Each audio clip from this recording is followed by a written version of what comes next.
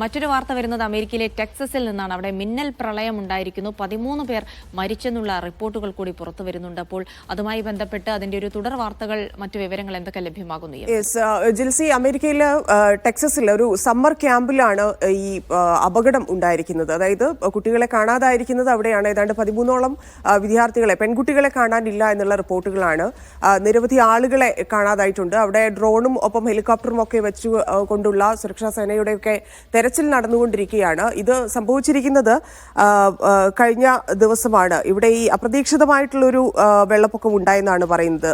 അതായത് ഗ്വാഡാലൂപ്പ നദി, അവിടെ സാധാരണ വെള്ളം കയറാറുണ്ട്, പല തരത്തിലുമുള്ള അപകടങ്ങളൊക്കെ ഉണ്ടായിട്ടുണ്ട്. പക്ഷേ ഇത്തരത്തിലൊരു ദുരന്തം ഇതുവരെ ഉണ്ടായിട്ടില്ല. ഇങ്ങനെയൊരു വെള്ളപ്പൊക്കത്തിലേക്ക് കാര്യങ്ങൾ കടന്നിട്ടില്ല എന്നൊക്കെയാണ് ടെക്സസിന്റെ ഔദ്യോഗികമായിട്ടുള്ള വിവരം വ്യക്തമാക്കുന്നത്. അതുകൊണ്ട് തന്നെ അവിടുത്തെ സെനറ്റർ നിർദ്ദേശം നൽകിയിരിക്കുന്നത് ജാഗ്രത പാലിക്കണം എന്നുള്ള രീതിയിലാണ്. ആദ്യമായിട്ടാണ് ഇത്തരത്തിലൊരു അപകടം ആ പ്രദേശത്ത് തന്നെ ഉണ്ടാവുന്നത്.